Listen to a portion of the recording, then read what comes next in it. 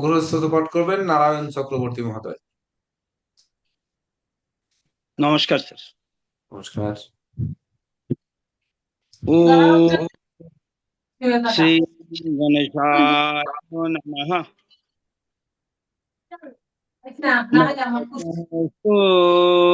স্তোত্রম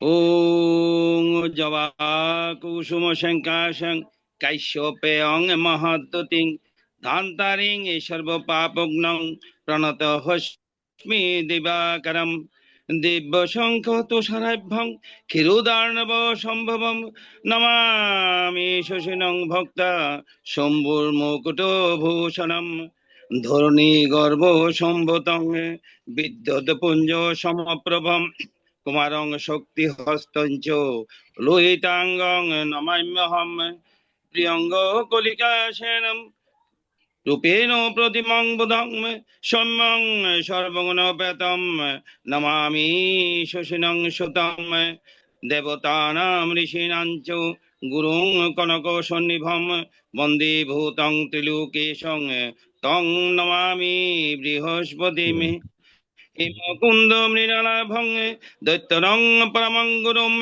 সর্বশাস্ত্র প্রবক্তারং ভর্বগং প্রণম্যহম নীলাঞ্জলোচয় প্রক্ষং রবি শূনং মহাগ্রহম ছায়ায় গর্ভসম্বদম বন্দে ভক্তা শনৈশ্চরম অর্ধকায়াং মহাঘোরম চন্দ্রাদিত্য বিমূর্ধকম সিংহে কায়াং সুতং রুদ্রং তং রাহুং প্রণমাম্যহম পলালো ধূম শঙ্কাশং তারাগ্রহ বিমূর্ধকম রুদ্রং রুদ্রাক্রং ক্রুরং তং কেতুং প্রণমাম্যহম ইতি কাশমুখোদ্গীতম যঃ পঠেত সোমো মহিত দিবা বা যদি রাত্রৈ শান্তি স্তস্যন্নো সংশয় ইতি সদবরচিত নবগ্রহ স্তোত্রম সম্পূর্ণম। নমস্কার। নমস্কার। সনাতন অ্যাস্ট্রোলজিক্যাল কোচিং সেন্টার অনলাইন প্রাথমিক জ্যোতিষ শিক্ষা, ক্লাস নাম্বার 37, 20শে ফেব্রুয়ারি 2026, সন্ধ্যা 6টায়। তো বিষয় হচ্ছে নক্ষত্র সংযোগের সম্পূর্ণ জন্মছক বিচার। তো নক্ষত্র সংযোগের সম্পূর্ণ জন্মছক বিচার করতে আমাদের একটি জন্মছক লাগবে। তাহলে সেই ছকটি একজনে বলবেন জন্ম তারিখ, বলেন একটা তারিখ বলবেন, 1 থেকে 30-এর মধ্যে যে কোনো একটা তারিখ বলেন। 3 তারিখ। 3 তারিখ। একজনে মাস বলবে, আর একজনে মাস বলেন। 12 মাস। 12 মাস। আর একজনের সাল বলুন। 1990। 1990। একজনের সময় বলেন। রাত্র 9টা। 9:00 PM। একজনের জন্মস্থান বলেন। বলেন। খুলনা। দিলাম খুলনা।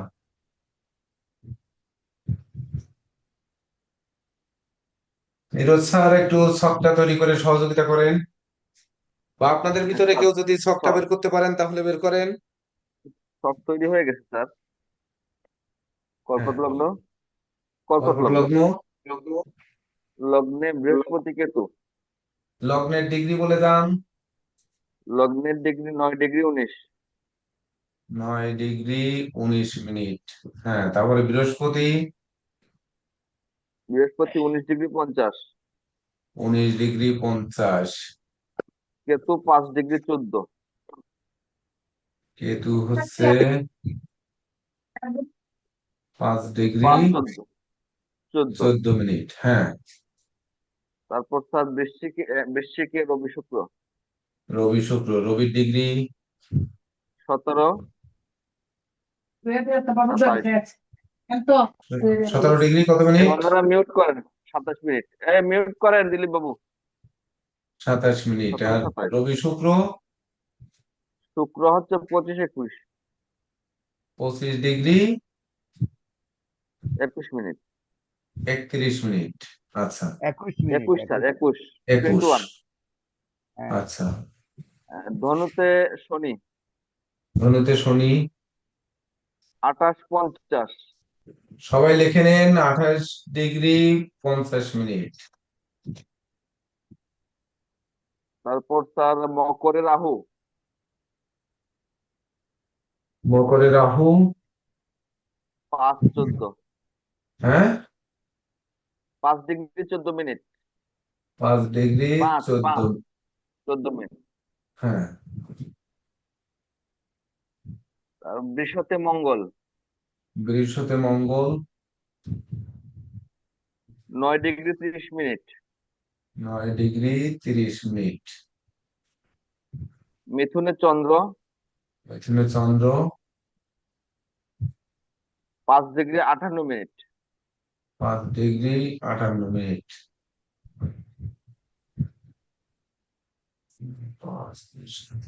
আর একটা কি বাকি আছে? 3 4 3 7 8। বুধ স্যার, একটা ধনুতে শনি বুধ। বুধ কোথায়? বুধ বাকি আছে স্যার, ধনু ধনু ধনুতে বুধ 8 ডিগ্রি 13, 8 ডিগ্রি 13 মিনিট। 13। এইবার ছকটা আপনাদের কাছে একটু নতুন নতুন লাগছে, কারণ হচ্ছে আমরা নক্ষত্র সংখ্যা বসিয়ে দিই আর এখানে ডিগ্রি থেকে আপনাদের নক্ষত্র সংখ্যা নিয়ে নিতে হবে। ডিগ্রি বসানোর উদ্দেশ্য কি সেটি অবশ্যই আপনাদের বলবো, যে ডিগ্রি বসানোর উদ্দেশ্যটা কি সেটিও আপনাদের শিখে নিতে হবে, কারণ আমাদের বিষয়টা রয়েছে নক্ষত্র সংযোগে সম্পূর্ণ জন্ম ছক বিচার। সম্পূর্ণ কথাটি যদি না থাকতো তাহলে আমরা ডিগ্রি বসাতাম না।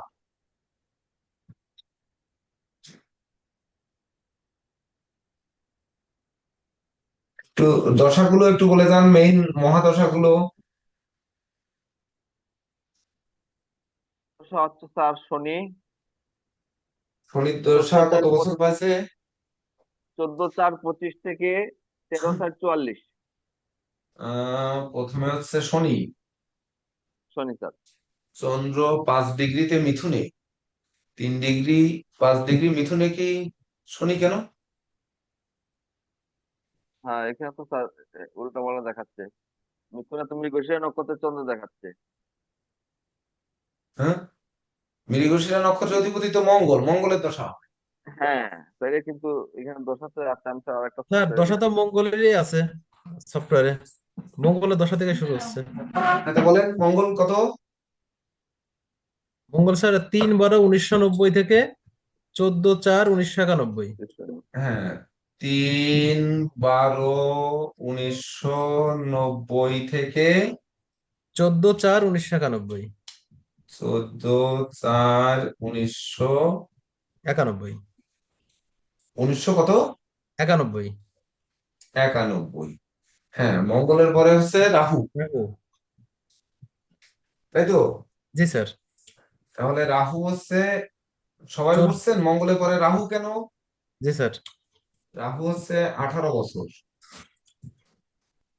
তাহলে 18 আর 91 কত হবে? 18 1 9, 9 1 2009। 10, হাতে 1, 2009। রাহুর পরে বৃহস্পতি 16 বছর না? জি স্যার। বৃহস্পতি 16, 16 10 26, মানে 2025 পর্যন্ত।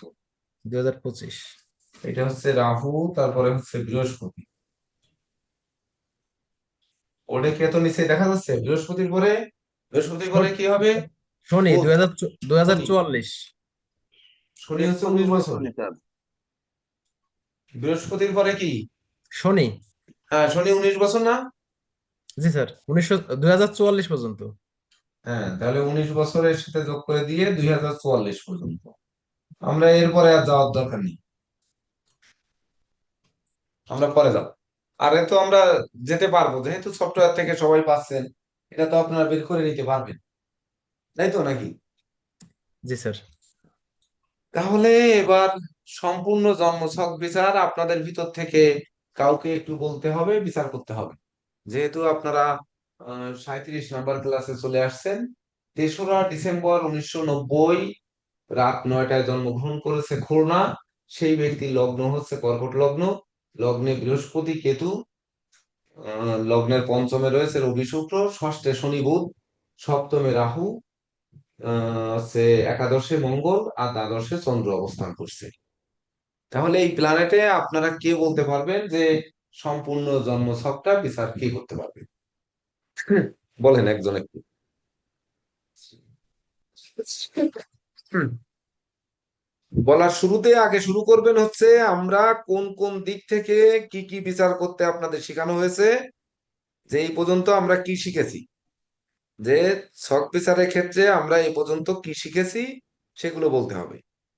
সেই অনুযায়ী কোন কোন দিকে নজর দিতে হবে একটি হরোস্কোপ বিচার করতে গেলে, সেইগুলো বলে তারপরে হচ্ছে এখানে বলবেন।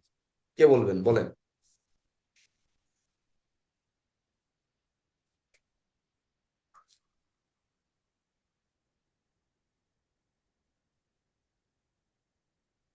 বলেন আপনাদের ভিতর থেকে একজন।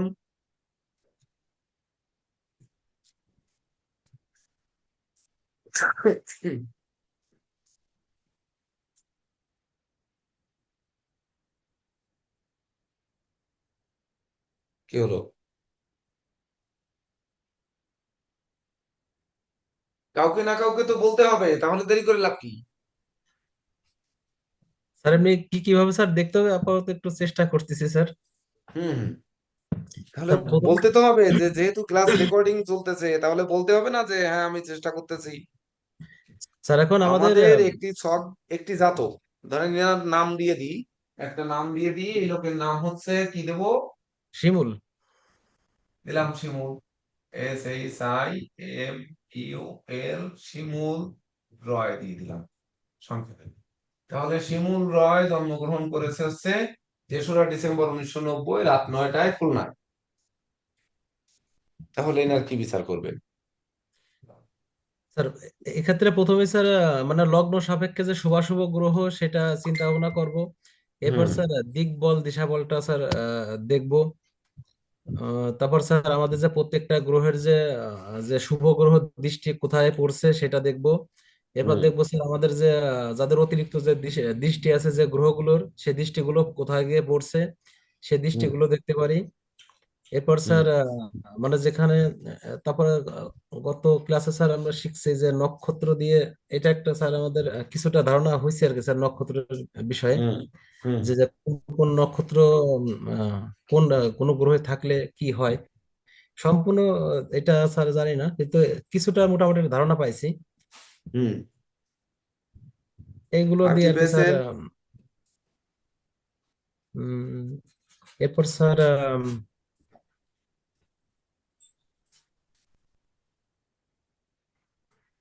উপগ্রহ বাধক গ্রহ লগ্ন সাপেক্ষে।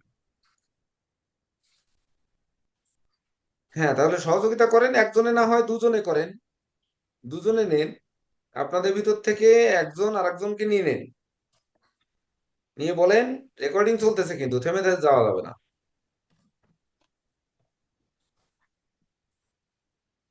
স্যার মানে স্যার যে যেভাবে আর কি দেখা হ্যাঁ। যায় এটা আর কি স্যার মোটামুটি এইভাবে দেখতে হবে আর কি স্যার, কিন্তু এখন আর কি দেখতে হবে? দেখতে আপনাদের আর কি কি দেখতে বলেছি? এছাড়াও দেখা স্যার লগ্ন সাপেক্ষে যে শুভ গ্রহ এবং অশুভ গ্রহ এবং এই আরেকটা কসমিক গ্রহ এগুলো দেখতে হবে স্যার। এরপর স্যার গ্রহের কাশ্মীর কাশ্মীর শত্রু মিত্রতা দেখতে হবে। আর এবং আমাদের শত্রুতা আছে অনেক কিছু। গ্রহগুলো মানে কোন ক্ষেত্রে অবস্থান করছে, তুঙ্গ ক্ষেত্রে ত্রিকোণ ক্ষেত্রে না স্বক্ষেত্রে সেটা দেখা দেখা যেতে পারে, এবং কোন কত ডিগ্রি সেই ডিগ্রি অনুযায়ী তাদের কিছুটা ফলাফল আছে। হুম। আর শুভ অশুভ দৃষ্টি, তারপরে আপনার ওই যে যেটা পাপক গ্রহ তারা কোনটা। তাহলে স্যার কথাটা আবার বুঝুন, যে বাপপতি নক্ষত্র সংযোগের সম্পূর্ণ জন্মছক বিচার মানে এই জাতকের ভাগ্য বিচার করবেন, সম্পূর্ণ বিচার করবেন। তার মানে আমরা কি কি শিখিয়েছি আপনাদের এই পর্যন্ত? আপনাদের কি কি শিখিয়েছি? এখানে একটি হাত কেন অঙ্কিত রয়েছে, এখানে একটি গোচর কেন রয়েছে, আবার ও জায়গায় তারিখে কেন নিউমারোলজি করা রয়েছে, এগুলো বলতে হবে না? এগুলো রেকর্ডেড না? এটাই তো পরীক্ষা আপনাদের। বলেন। জি স্যার, এরপর স্যার এখন ব্যক্তির আমরা তো স্যার একটা চার্ট তো পেয়েছি ওর জন্মছক থেকে। যদি আমরা ইনকেস যদি জন্মছক না পেতাম বা তারিখ না পেতাম, সেক্ষেত্রে নিউমারোলজি করে বা নামের নিউমারোলজি করে আজকে কোন তারিখ আসছে আহ, সেটা করে আর কি আমরা এটা বের করার চেষ্টা করতাম। এছাড়াও মানে হাতের অবস্থানটাও কিছুটা দেখা যেতে পারে, যে আমাদের হাতের অবস্থানে কোন গ্রহের অবস্থান কেমন আছে, কোন গ্রহ উঁচু আছে, কোনটা নিচু আছে, হাত দেখে তার সঙ্গে চার্টে এটা মিলানো যেতে পারে। হুম, তাহলে এবার বলেন, প্রথম হচ্ছে 3 তারিখে জন্ম, জাতক কেমন? 3 তারিখ। এখন স্যার এখানে 3 তারিখে জন্ম, আম, তার ভিতর সে মোটামুটি স্যার বৃহস্পতির গুণ বিদ্বান বেশি থাকবে, থাকবে। বৃহস্পতি গ্রহের প্ল্যানেট, এবং এখানে তার লগ্নে বৃহস্পতি আছে। এখানে বকরি বকরি এইটা আমাদের দেখতে হবে। বৃহস্পতি এখানে স্যার বকরি আছে লগ্নে। এখানে স্যার, বৃহস্পতি লগ্ন এবং তুঙ্গস্থ। এ- বৃহস্পতির যে ভালো গুণটা সেটাও দেখতে হবে স্যার। না, বৃহস্পতি তুঙ্গস্থ না, ওর ডিগ্রিগত দিক দিয়ে হয়নি। তো হ্যাঁ, বৃহস্পতি তার ক্ষেত্রে আছে, তুঙ্গ ক্ষেত্রে আছে, কিন্তু তুঙ্গ আর তুঙ্গক্ষেত্রে হ্যাঁ তুঙ্গস্থ না, তুঙ্গস্থটা তুঙ্গক্ষেত্রে। পাইনি, ওটা ওভার হয়ে গেছে। তুঙ্গক্ষেত্রে, তুঙ্গক্ষেত্রে। আর কি কি বলতে হবে বলেন, দ্রুত বলেন।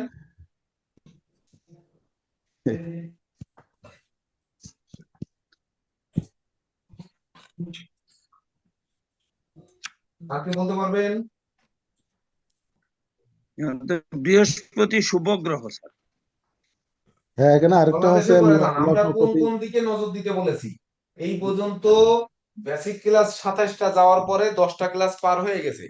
তার মধ্যে ধরেন আপনাদের, যেমন এটা বিচার পদ্ধতির মধ্যে চলে আসছে, কত নাম্বার ক্লাস থেকে আপনারা বিচার পদ্ধতির মধ্যে আসছেন দেখেন তো। সংখ্যাতত্ত্ব রাশি অনুপাতে নামকরণ 32 নাম্বার ক্লাসে চলে গেছেন। তারপরে কালসর্প দোষেও ফল বলেছেন, মাঙ্গলিক দোষেও সেই ছক বিচার করেছেন, শনি সাড়ে সাতিতেও করেছেন, জন্ম ছকের বিচার, বাধক গ্রহ নির্ণয় সকালে যে ক্লাস হলো তার প্রভাব, এটাও করেছেন। এখন এসে সম্পূর্ণ একটা ছক বিচার করবেন। এর আগেও আপনারা করেছেন, সেটি হচ্ছে নবগ্রহ, জন্ম নক্ষত্র, নক্ষত্র সন্ধি নিয়ে যখন আলোচনা হয়েছে তখনও প্রত্যেকটা ক্লাসে কিন্তু ছক ছিল। তো আমরা কোন কোন দিকে দেখতে বলছিলাম, দিক বল, দিশা বল, ঋতু বল, এগুলো দিবারাত্রি বল, এগুলো আপনারা করেছেন। দগ্ধ গ্রহ, কাজমি গ্রহ করেছেন। তারপরে হচ্ছে নিউমারোলজি তো 1 থেকে 9 পর্যন্ত করেছেন। এখন আমরা কোন কোন দিকে নজর দিতে বলেছিলাম? হুম,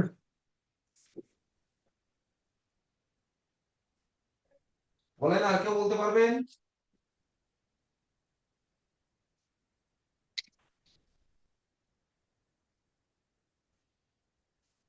এত থেমে গেলে হবে না তো। স্যার এরপর স্যার একটা জিনিস দেখা যায় যে চন্দ্র মানে চন্দ্র আমরা জানি শুভ গ্রহ, কিন্তু আসলে চন্দ্র তার শুভত্ব দেবে কিনা সেটা তার তিথির উপর নির্ভর করে। চন্দ্র কোন অবস্থানে আছে, কৃষ্ণ পক্ষে না শুক্ল পক্ষে, এবং সেটা কোন অবস্থানে, সেটা একটু দেখা যেতে পারে। হুম, হ্যাঁ, সুন্দর। আর যেমন এখানে চন্দ্র পড়ে গেছে স্যার, ওই, লগ্নপতি দ্বাদশে। এখানে ক্ষীণ ক্ষীণ বলিতে আছে চন্দ্র, অর্থাৎ চন্দ্র একটু খারাপ ফল দিবে স্যার। কেন কেন বলি কেন? স্যার রবির তো অমাবস্যার দিকে রবি পড়ছে স্যার। র- না না, অমাবস্যা না, পূর্ণিমা অষ্টমী আছে এটা রবি। পূর্ণিমা। রবির অষ্টমী আছে। ও আচ্ছা আচ্ছা আচ্ছা। রবির অষ্টমী আছে দেখেন। ও জি স্যার, জি রাত স্যার, না না, পূর্ণিমা, এটা হ্যাঁ। এটা এটা পূর্ণ পূর্ণ বলিতে আছে আর কি চন্দ্র, হ্যাঁ, ভুল হচ্ছে, পূর্ণ পূর্ণ বলিতে আছে, কারণ এটা ওই পূর্ণিমার আশপাশে আছে আর কি। রবি এখন আছে 17 ডিগ্রি, আর চন্দ্র আছে ধরেন 5 ডিগ্রি জি 6 স্যার, ডিগ্রি ধরে। বলতে ভুল হয়েছে তাহলে স্যার। উল্টো হয়ে গেছে আর কি। পূর্ণ বলিত বললেন আছে, ঠিকই, উল্টো হয়ে গেছে। জি পূর্ণ বলিত আছে, আর লগ্নপতি দ্বাদশেও তার ভিতরে থাকতে হবে।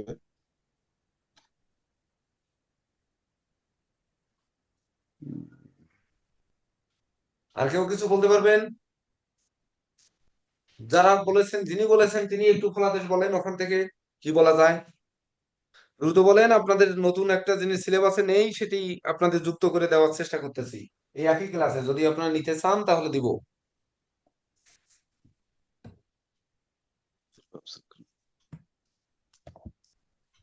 এখানে আপনাদের প্রথম চোখটা কোথায় পড়ছে দেখেন, খেয়াল করেন। আপনি তো চার্ট পেলেন, প্রথম চোখটা কোথায় পড়বে? স্যার প্রথম চোখটা ওই স্যার ব্যক্তি কোন স্যার সময়ে প্রথম আমার কাছে আসলো?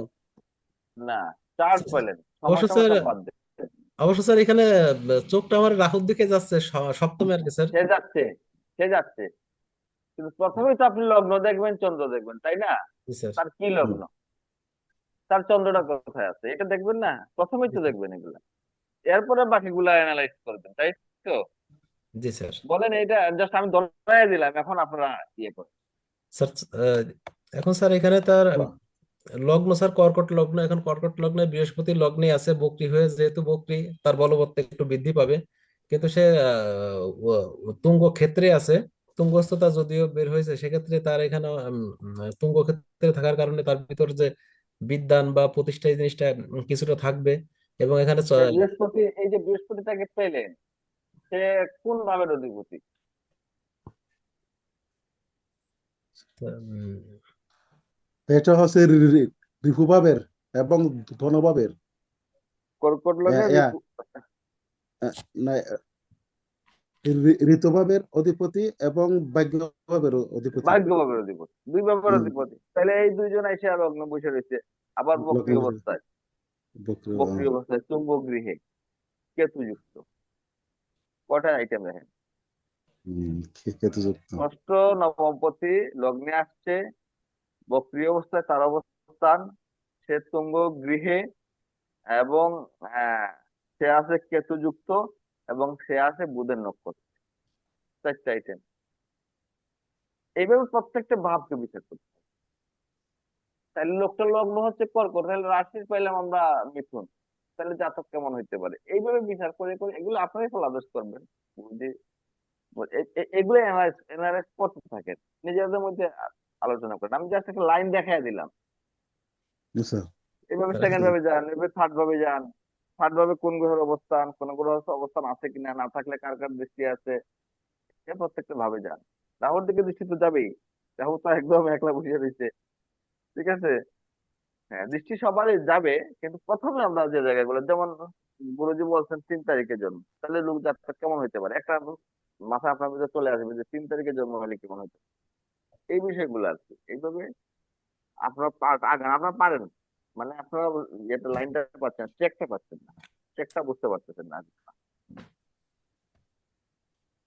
এরকম স্যার বলতে হবে স্যার, বললেই পার মুখ খুলবে, আসলে মুখ হ্যাঁ, পিঠের হ্যাঁ, ভিতর কিছু আছে, চেক, কিন্তু স্যার চেকটা বুঝতে পারতেছেন না। মুখের এটা মুখে, সহজের ওই ব্যাপার আছে। পেটেরটাকে মুখে নিয়ে আসতে হবে। আর শুধু এটা একজন এখন চেষ্টা স্যার করলে হবে না, পাশ থেকে আরেকজন আরেকটা ধরে দিতে হবে, জি এর স্যার পাশ এখন থেকে আরেকজন আরেকটা ধরে দিতে হবে, এইভাবে আগে যান, অবশ্যই পারবেন। পারবেন না, পারেন আপনারা, কিন্তু এই অডিয়েন্সে এই জায়গায় পারতেছেন না।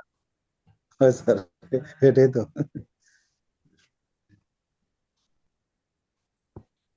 আগান, আর কেউ আগান, আরো কেউ আগান।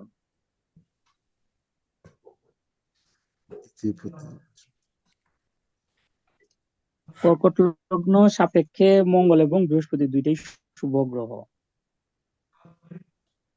তো মঙ্গল বৃহস্পতি শুভ গ্রহ, তাহলে দেখেন মঙ্গল কোথায় বসে আছে, মঙ্গল একাদশে বসে আছে। মঙ্গল একাদশে, মঙ্গল মঙ্গল একাদশ একাদশ হচ্ছে তো 9 মঙ্গল ডিগ্রি কোন কোন 30 ভাবধিপতি? মিনিটে। শুভ গ্রহ ধরলাম, কিন্তু কোন কোন ভাবতি? পঞ্চমপতি, দশমপতি। পঞ্চম তাহলে দশমপতি। পঞ্চম দশমপতি একাদশে বসে আছে, মঙ্গল শুভ গ্রহ, তাকে কর্ম দিবে কিনা? স্যার হুম, পঞ্চম একাদশপতি, পঞ্চম দশমপতি একাদশ ভাবে বসে আছে, সে শুভ গ্রহ হুম, হুম। শুভ গ্রহ বসে আছে, সে এই উম, একাদশ গৃহে। এই হিসেবে একাদশ সে গ্রহ। কর্ম পাওয়ার কথা, এবং সে কর্মজীবী হওয়ার কথা, তার আয় আয় বা ভালো হওয়ার কথা। কিন্তু ওই মঙ্গলটা কি অবস্থায় আছে, সে যার ঘরে বসে আছে, সে তাকে পারমিট দিচ্ছে কিনা, সুযোগ দিচ্ছে কিনা, এই বিষয়গুলো এখানে আলোচনার বিষয়। সে কারো দ্বারা পীড়িত হয়েছে কিনা, জাতকের বয়স এখন 1990 সালে তার জন্ম, এখন হচ্ছে 2025, তাহলে এই জাতকের বয়স, এই বয়সে তার কি বিষয়গুলো আসতে পারে, হুম, হুম। কি নিয়ে চিন্তিত থাকতে পারে, এই সময়ে কি তার জিজ্ঞাসা থাকতে পারে? যেমন ধরেন আপনার 25 90 হইলে 10 25 বছর, 36 বছর বয়স, তাহলে এখন তার ক্যারিয়ারে রাইজিং টাইম, এই বিষয়গুলোর দিকে এখানে আলোকপাত। এই আর জাতক আসলে হয় ক্যারিয়ার নিয়ে আসবে, নয় বিয়ে নিয়ে আসবে, যে কোনো একটা বিষয় নিয়ে আসবে। এদের লগ্ন সপ্তমে রাহু, রাহু যেখানে থাকে প্রশ্ন সেখানে থাকে, সে বিয়ে নিয়ে আসতে আপনারা পারে। পারেন, মনে কিন্তু করেন আপনারা ভিডিও অফ করে সবাই বসে রয়েছেন। আচ্ছা, রত্নবাহু বলরাম দাস, আপনি বলেন, স্যার এই প্ল্যানেটে আপনি কি বলবেন বলেন। কর্কট লগ্নে এই কে মঙ্গল একমাত্র রাজ্যকারক গ্রহ, বৃহস্পতি হ্যাঁ শুভকারক মঙ্গল গ্রহ, আর কি আর কি শনি মারক, আর কি বলেন। শনি মারক, বুধ শুক্র শনি পাপ মারক গ্রহ। গ্রহ, পাপ গ্রহ। শুক্র পাপ গ্রহ। বুধ শুক্র, কর্কট লগ্নে বুধ শুক্র হচ্ছে পাপ, আর মঙ্গল আর বৃহস্পতি শুভকারক গ্রহ, মঙ্গল একাই রাজ্যকারক, শুভ আর শনি হচ্ছে মুখ্য মারক। এবং এই তো। শনি, হ্যাঁ, শনি হ্যাঁ, মুখ্য করা, হ্যাঁ, হ্যাঁ তাহলে মুখ্য শুভ মারক। গ্রহ লগ্নে বৃহস্পতি অবস্থান করেছে। বৃহস্পতি কার নক্ষত্রে আছে? অশ্লেষা। অশ্লেষ, অশ্লেষ বুধ নক্ষত্রে। 13 আর 3 16, হ্যাঁ, অশ্লেষা মানে বুধের নক্ষত্র। তাহলে হ্যাঁ বুধ বৃহস্পতি নক্ষত্র। বুধের নক্ষত্রে আছে। বুধ কি দেখলেন আগে? কর্কট লগ্নে বুধ হচ্ছে পাপ। পাপ। তাহলে বুধ কিনা কোথায়?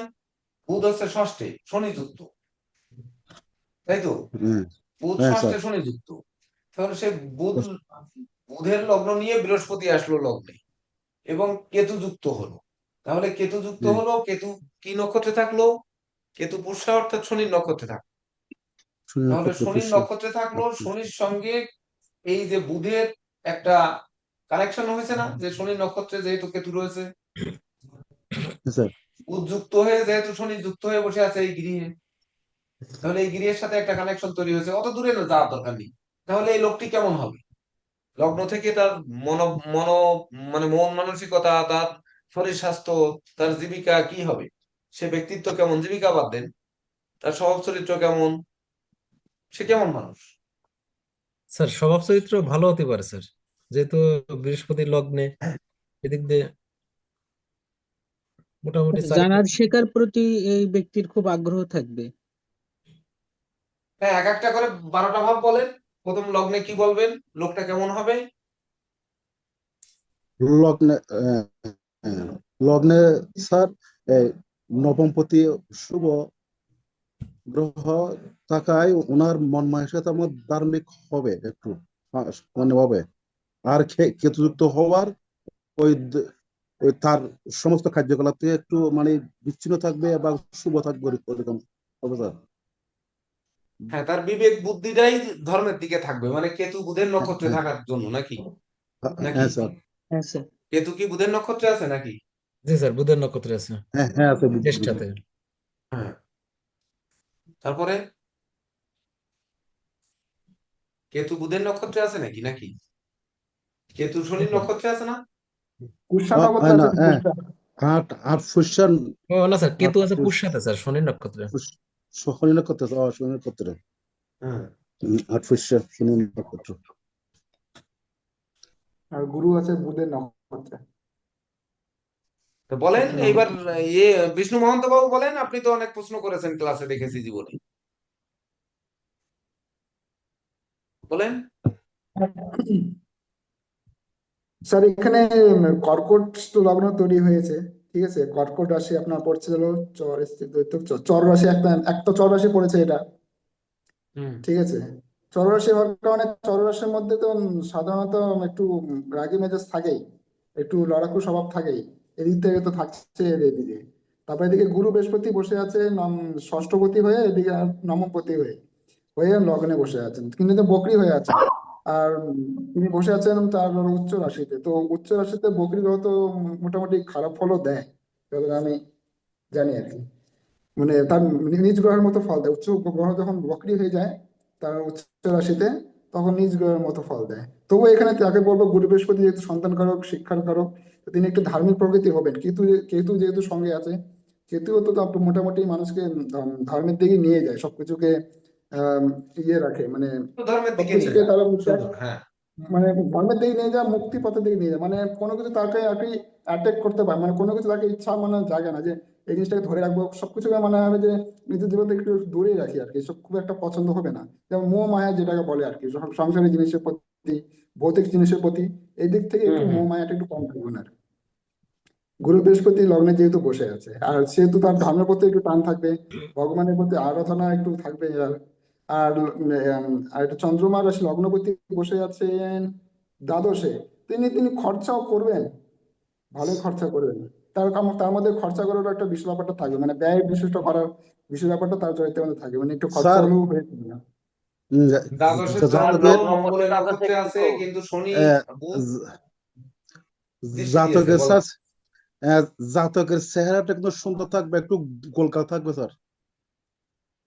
হুম, তারপরে বলেন, যে যা পারেন দ্রুত বলেন।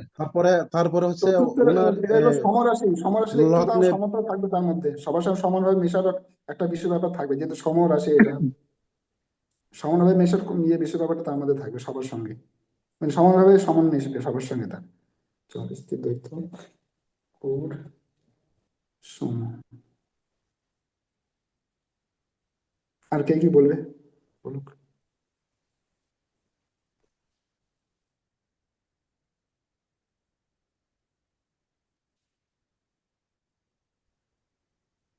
আর কেউ কিছু বলেন? এবার ধনভাব বলেন, আর একজন ধনভাব বলেন।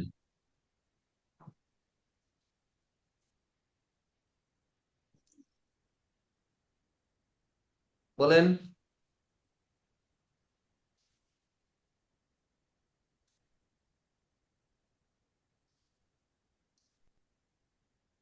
ধনপতি পঞ্চমে, একাদশপতি এবং চতুর্থপতিকে নিয়ে আহ, রবি এবং শুক্রকে নিয়ে নিয়ে পঞ্চমে বসে আছে। তার এটা স্যার দারিদ্র যোগ হবে না স্যার? রবি এবং শুক্র, স্যার তার দারিদ্র হ্যাঁ যোগ। ধনভাব বলেন মোটামুটি বলেন, স্যার। তার স্যার লেখাপড়া কেমন হবে?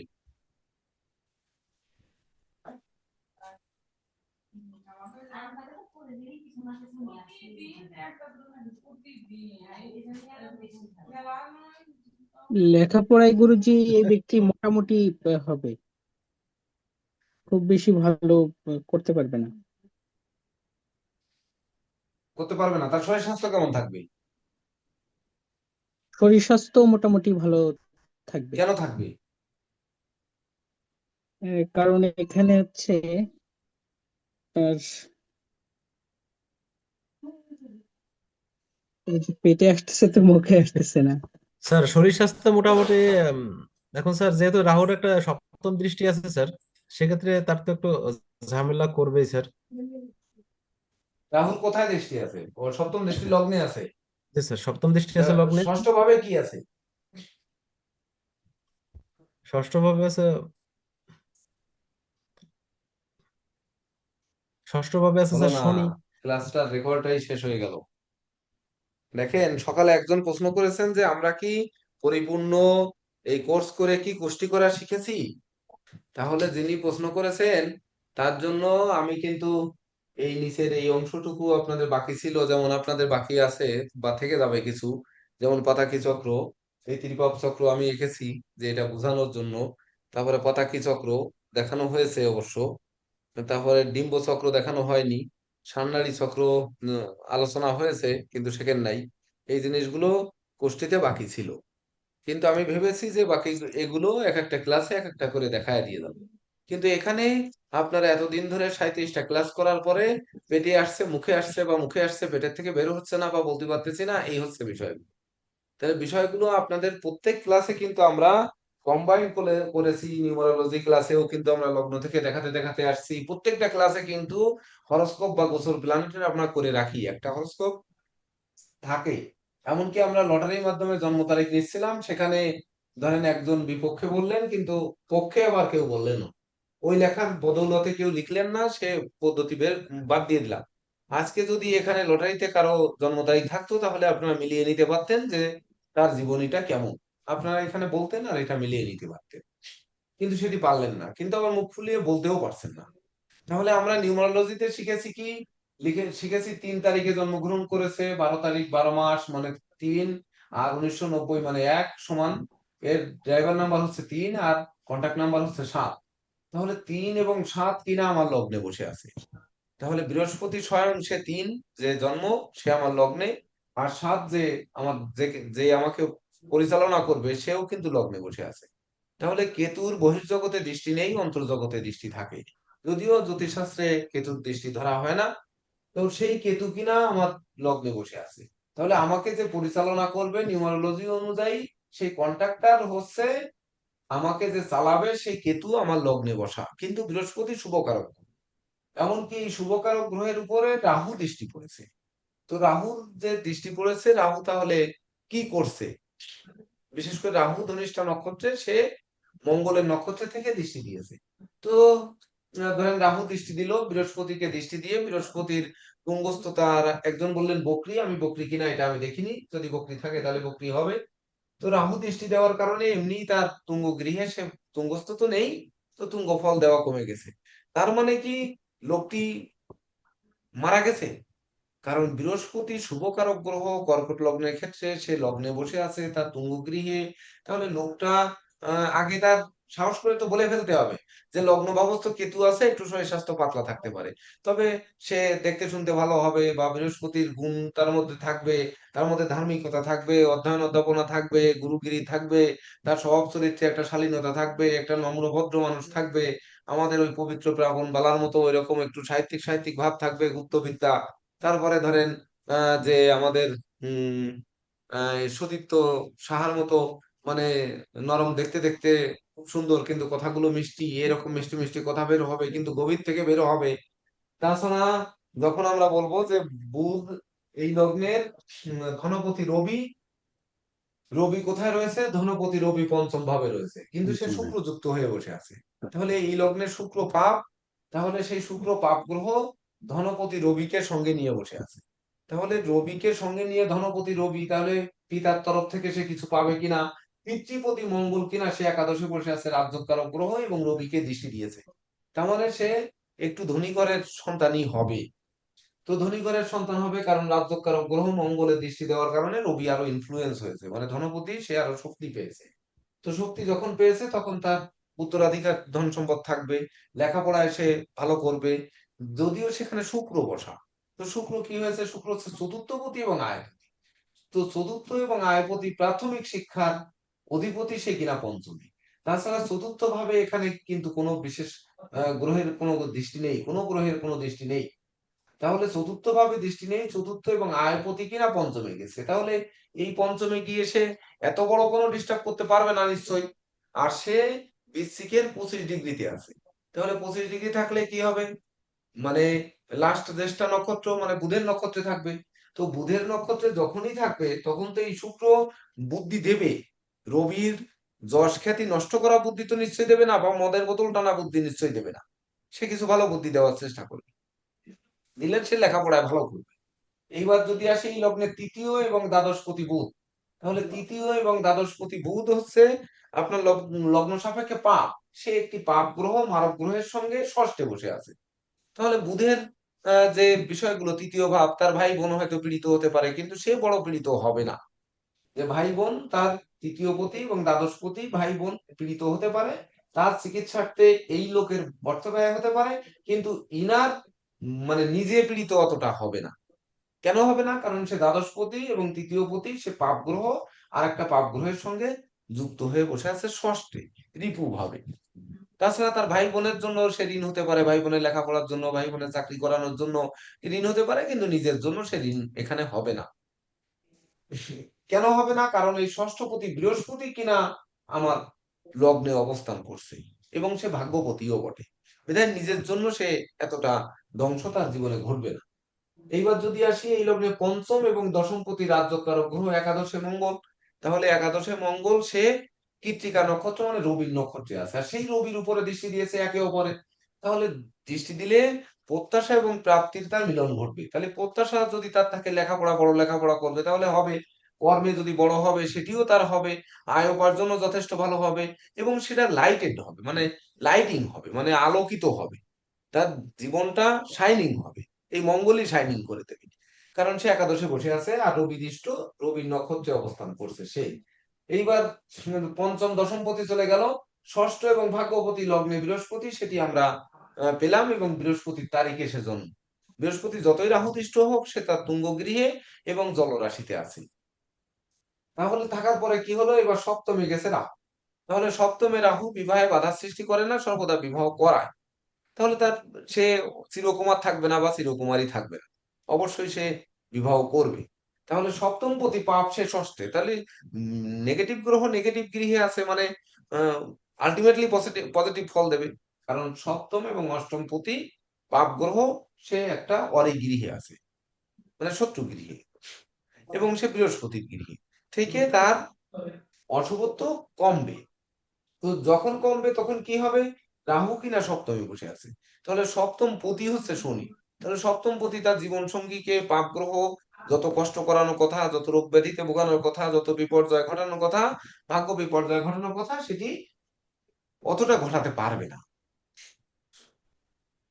তো যখনই পারবে না, আর শনির ঘরে রাহু সবসময় শনির কাছে গিয়ে নমনীয় হয়।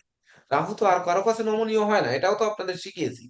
তাহলে শনির গৃহে থেকে রাহু আর অতটা ছটফট করতে পারবে না। এইবার কি হবে, সপ্তম অষ্টমপতি হয়ে গেল, তাহলে আর থাকলো লগ্নপতি চন্দ্র কিনা দ্বাদশে। তাহলে লগ্নপতি চন্দ্র কিনা দ্বাদশে, মানে সে সপ্তম, অষ্টম ঘরে, রবির অষ্টম ঘরে আছে, মানে পূর্ণিমা পার হয়ে কৃষ্ণপক্ষ পড়েছে।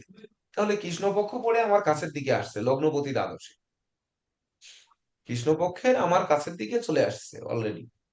তাহলে চন্দ্র কি হবে, চন্দ্রটা এখানে ব্যস্ত হয়েছে, লগ্নপতি ব্যস্ত হয়েছে, তাহলে তার কি ব্যয় করবে, লগ্নপতি যে দ্বাদশে অবস্থান করছে কোন দিকে ব্যয় করবে বলেন, কি করবে এটা একটু আপনারা বলেন, কেউ একজন, এটা তো সহজ। সে নিজের জন্য ব্যয় করতে পারে কি, নিজের শরীর চর্চার জন্য বা বিলাসিতার জন্য নিজের। ব্যয় করবে, সে ব্যয় করলে বিলাসিতার জন্য করবে, কারণ ওই ও তো তো নিজের জন্য 5 ডিগ্রি 58 মিনিটে আছে, 6 ডিগ্রি 40 পর্যন্ত তো মঙ্গল, মঙ্গল তো হচ্ছে রাজ্যকারক গ্রহ, সূর্য বীর্য ঐশ্বর্যের জন্য ব্যয় করবে। সে যা করবে তার জীবনের মজবুত জীবন গড়ার জন্য ব্যয় করবে। সে হয়তো গানম্যান রাখতে পারে, সে দেখা যাচ্ছে আপনার সঙ্গে বন্ধু বান্ধব নিয়ে চলতে পারে, সেটি তার রাখতে পারে, আত্মরক্ষার্থে সে অনেক কিছু করতে পারে। কিন্তু এই ব্যয় তো সে বদমাইশি লুচ্ছামি করার জন্য ব্যয় করবে না নিশ্চয়ই। এবার আসি দৃষ্টি। এবার দৃষ্টি হচ্ছে এই লগ্নে, যদি প্রথম বলি বৃহস্পতি, বৃহস্পতি বিদ্যাভাবে দৃষ্টি দিয়েছে। কেন বিদ্যাভাব শুভ বলেছি, একেতে রাজ্যকারক গ্রহ মঙ্গলের দৃষ্টি রয়েছে, আবার রবি কিনা, ওই মঙ্গল কিনা রবির নক্ষত্রে রয়েছে। তাহলে আবার বিপরীতে বৃহস্পতির দৃষ্টিও আছে। আমি একই সঙ্গে বলে যাইনি যে একই সঙ্গে বললে আপনাদের ধরতে কষ্ট হবে। তাহলে বৃহস্পতি শুভকারক গ্রহ দৃষ্টি দিয়েছে, তাহলে লেখাপড়ায় তো এখানে বাধা হওয়ার কোনো কারণ নেই, সেই তো লেখাপড়া করে নেবে। তাহলে বৃহস্পতি আর কোথায় দৃষ্টি দিল, সপ্তমে দৃষ্টি দিল। তাহলে সপ্তমে রাহু রয়েছে, আর সপ্তম ভাবে বৃহস্পতি দৃষ্টি দিয়ে বিবাহের পর দুজনে মিলে চলো হানিমুনে না যাই, অন্তত একটু মন্দির পরিক্রমা চলে করে আসি বা একটু দীক্ষা করে আসি। যেহেতু শনি যোগ কারক গ্রহ, সপ্তম পতি হচ্ছে যোগ কারক, সে শ্রমের মাধ্যমে ফল দেয়। অর্থাৎ দেখা যাচ্ছে সে এইরকম হবে যে গবেষক ক্লাসের মানুষ বা ধর্মতত্ত্ব বা তাত্ত্বিক মানুষ হবে। এইবার তাছাড়া বৃহস্পতি নবমে ভাগ্যভাবে সে নিজেই দৃষ্টি দিয়েছে, ভাগ্যভাবে। তাহলে ভাগ্যভাবে বৃহস্পতির দৃষ্টি, নিঃসন্দেহে ভাগ্য, বৃহস্পতি তার নিজ গৃহে দৃষ্টি দেবে। তাহলে নিজ গৃহে দৃষ্টি দিয়ে তার ভাগ্যের, জন্মের পরে তার ভাগ্যের উন্নতি অবধারিত হবে। এবার যদি আসেন বৃহস্পতির পরে যদি মঙ্গলের, মঙ্গলের চতুর্থ দৃষ্টি ধনভাবে দিয়েছে। তাহলে ওই যে মঙ্গল বলেছি কৃত্তিকা নক্ষত্রে আছে, রবির নক্ষত্রে, তো রবির নক্ষত্রে রবিযুক্ত মঙ্গল থেকে যখন তার চতুর্থ দৃষ্টি রবির গৃহে দিয়েছে, তাহলে নিশ্চয়ই তাকে ধন শূন্য করে ভিখারি অভাবী বানাতে পারবে না। তাহলে আপনাদের বলতে দিলাম, রেকর্ডিংটা আমাদের কি হলো ক্লাসে দেখেন, এসব কথাগুলো কিন্তু শিখিয়েছি, আপনারা বলতে পারতেন যে মঙ্গল সে রবির নক্ষত্রে থেকে, ওই মঙ্গল রবির গৃহে তার চতুর্থ দৃষ্টি দিয়েছে, এটি তাকে কখনো অভাবী বানাবে না বা ভিখারি বানাবে না, অপরের কাছে হাত পাতাবে না। সে ধনশূন্য হবে না কখনো। তাছাড়া এই মঙ্গল কোথায় দৃষ্টি দিয়েছে? পঞ্চম ভাবে। তাহলে বিদ্যায় সে রাজ্যকারক গ্রহ পঞ্চম ভাবে দৃষ্টি দিয়েছে, তারও নিজের গৃহ। তাহলে নিজের গৃহে এবং সেখানে রবি রয়েছে আর রবির নক্ষত্রে অবস্থান করছে। তাহলে নিজের ঘরে নিজে পুরাবে না, এ কথা কিন্তু আপনাদের বলেছি। তাহলে পঞ্চম ভাবকে, বিদ্যাভাবকে তাকে রাজযোগের ফল নিশ্চিত দিতে হবে, না দিয়ে কোনো উপায় নেই। এইবার এই মঙ্গলের অষ্টম দৃষ্টি পড়েছে শনির পরে, যেটি আমি আগে বলিনি, শনি বুধের পরে। তাহলে শনি বুধ ষষ্ঠ ভাবে, সে নিজের ব্যাধির জন্য ব্যয় করবে না, ওই যে বলেছি, নিজে অত ব্যাধি ব্যয় ভুগবে না। কারণ এই শনি বুধ যুক্ত হয়ে যদিও একটু নার্ভের রোগ টোগ করে, আপনারা বই পুস্তকে পড়বেন, কিন্তু কথা হচ্ছে সেখানে মঙ্গলের অষ্টম দৃষ্টি থাকার কারণে, আর শনির শত্রু হচ্ছে মঙ্গল, তো শত্রু দৃষ্টি থাকার কারণে শনি পাপ, মানে তার পাপ ফল অনেকটা কমবে। যখন কমবে তখন শনি তার মারক দশা থেকে বেরিয়ে আসতে সক্ষম হবে। আর তখন কিন্তু সে প্রতিযোগিতায় জয়ী তখন হবে, মাধুরী প্রতিদ্বন্দ্বিতায় জয়ী হবে, ভয় ভীতি কমবে, এমনকি রোগ শোক কমবে, পরনিন্দা পরচর্চা থেকে বেরিয়ে আসবে। তখনই তাকে একটা সুমানুষ বলে স্বীকৃতি দিতে আপনার বাধ্য হবে। এটা হচ্ছে বিষয়। তো যখন মঙ্গলের দৃষ্টি চলে গেল, চলে যাওয়ার পরে এবার শনির দৃষ্টি। শনি কোথায় দৃষ্টি দিয়েছে? অষ্টম। তাহলে শনি মারক গ্রহ, মারক গৃহে অষ্টম ঘরে দৃষ্টি দিয়ে তাকে মেরে দেবে। তাকে কি ধরেন শোকের বন্যায় ভাসাবে, তাকে পরাজিত করবে, তাকে মামলা বাণিজ্যে জড়িয়ে দেবে, তারপরে পুলিশই গ্রেপ্তার করে ধরেন জেলে খাটতে হবে, তারপরে ধরেন আহ মানসিক কষ্টে শেষ হয়ে যেতে হবে।